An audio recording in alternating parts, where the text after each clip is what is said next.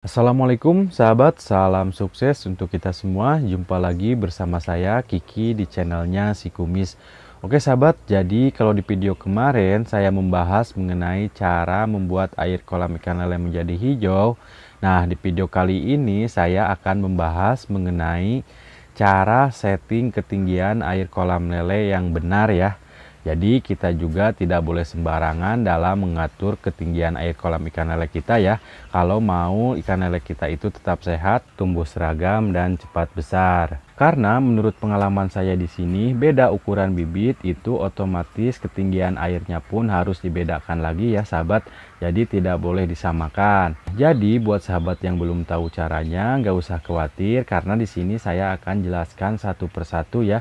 Dari mulai ketinggian air kolam pemijahan berapa, ketinggian air kolam penetasannya berapa, ketinggian air kolam pendederan berapa, dan ketinggian air kolam pembesaran itu berapa.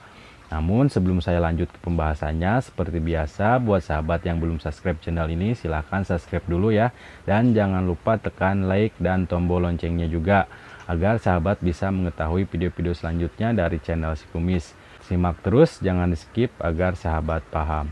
Oke sahabat, jadi di sini saya tidak akan menjelaskan mengenai ketinggian air kolam pemijahan ya. Karena mungkin juga sahabat sudah pada tahu ya, kita tinggal isi air 20-30 cm itu pasti sudah cukup ya. Dan indukan pun biasanya akan memijah. Namun yang terpenting di sini dan yang perlu sahabat ketahui yaitu mengatur ketinggian air kolam dari mulai penetasan, pendederan, dan pembesaran.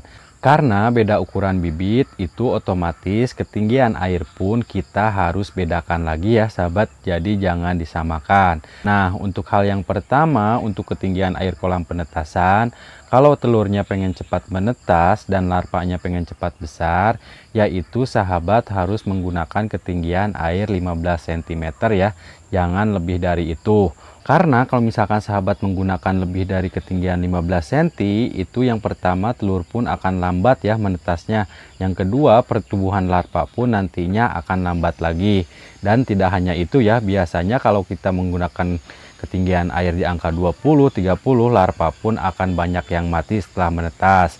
Jadi usahakan untuk kolam penetasan itu ketinggian airnya di angka 15 cm ya sahabat. Dan sahabat juga gak usah khawatir kalau nanti larvanya akan banyak yang mati akibat kepanasan ya. Kalau menurut saya itu tidak mungkin ya. Karena di sini juga saya kolam dari pagi sampai sore itu pasti kepanasan. Tapi larva pun aman-aman saja ya, tidak ada yang mati. Karena menurut pengalaman saya di sini, kalau kolamnya kepanasan dari pagi sampai sore itu akan lebih bagus lagi ya untuk pertumbuhan si larva. Apalagi air kolam larvanya yang kita pegang itu terasa hangat ya. Itu pastinya saya jamin akan lebih bagus lagi untuk pertumbuhan larva. Jadi usahakan ketinggian airnya 15 cm dan jangan ditutup sama sekali ya kolamnya. Jadi jangan khawatir kalau nanti larvanya akan mati akibat kepanasan. Nah, kalau misalkan sahabat sudah mengatur ketinggian air kolam penetasan, sahabat tahapan selanjutnya harus mengatur ketinggian air kolam pendederan. Jadi buat sahabat yang belum tahu apa itu kolam pendederan itu fungsinya untuk kita gunakan setelah melakukan penyoltiran larva di umur 21 hari ya. Jadi ada baiknya sebelum kita melakukan penyoltiran itu kita harus mempersiapkan kolam-kolam ya. Dan kita isi air itu minimal ketinggiannya 20 cm aja ya sahabat. Karena kita melakukan penyoltiran otomatis bibit pun ukurannya akan berbeda-beda ya. Ada ukuran 23, 34, dan 45. Nah, biasanya kalau saya di sini untuk ukuran 34 atau 45 saya langsung pindahkan ke kolam pendederan. Sedangkan yang ukuran 23 ataupun yang di bawah 23 saya tempatkan lagi di kolam yang asalnya. Jadi saran saya buat sahabat, kalau sahabat sudah mempunyai ukuran bibit 34, 45, sahabat silahkan gunakan ketinggian air itu di angka 20 cm aja ya. Jangan lebih dari itu kalau mau bibitnya cepat besar. Karena di sini juga saya tidak ada yang tinggi ya untuk pengaturan ketinggian airnya. Itu semuanya pendek-pendek kecuali kalau musim hujan ya.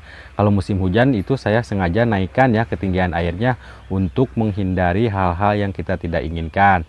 Nah, apabila tidak musim hujan, sahabat silahkan gunakan ketinggian air yang standarnya seperti itu ya. Dan sahabat juga gak usah khawatir ya, karena di sini saya sudah buktikan sendiri bahwasanya menggunakan air pendek itu bibit akan lebih cepat lagi besarnya. Kecuali kalau misalkan sahabat mempunyai bibit ukuran 46, 57, sahabat silahkan gunakan ketinggian air 30 cm. Jangan menggunakan 20 cm. Dan kalau misalkan sahabat mempunyai ukuran bibit yang lebih besar lagi, misalnya 78, 89, 910, 11, 12, sahabat silahkan atur lagi ketinggian airnya ya. Karena beda ukuran bibit seperti itu harus dibedakan lagi ketinggian airnya. Dimana bibit besar seperti itu biasanya saya di sini menyebutnya sudah memasuki fase ke pembesaran. Nah, biasanya juga di sini saya menggunakan ketinggian air itu minimal 40 cm ya sahabat, dan sahabat juga setiap minggunya bisa naikkan lagi ketinggian airnya.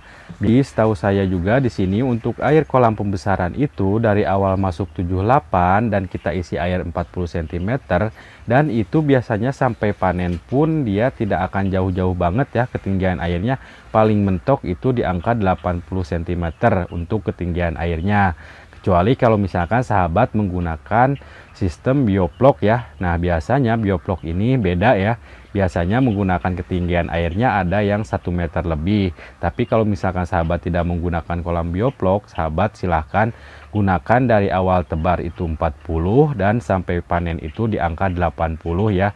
Agar pertumbuhan bibit itu lebih cepat lagi besarnya. Jadi nanti sahabat tinggal sesuaikan aja ya. Kalau misalkan sahabat tebar bibit 57 berarti sahabat harus menggunakan ketinggian air 30 cm. Kalau misalkan sahabat awal tebar 78, 89, sahabat silahkan gunakan ketinggian air di angka 40 cm. Jadi itu settingan air untuk kolam terpal aja ya sahabat. Jadi beda lagi kalau sahabat pembesarannya di kolam tanah. Nah, ada sedikit bocoran bahwasanya teman-teman saya di sini banyak yang berhasil kalau di kolam tanah itu menggunakan ketinggian airnya di angka 40 sampai 50 cm ya. Dari awal tebar itu sampai panen. Jadi nanti sahabat tinggal dicoba aja ya, dan sahabat juga bisa buktikan sendiri. Oke sahabat, jadi itulah mengenai settingan ketinggian air kalau menurut saya settingan yang paling benar ya, dan saya sudah praktekkan di sini. Oke sahabat, jadi sekian dulu video dari saya, semoga bermanfaat. Assalamualaikum warahmatullahi wabarakatuh.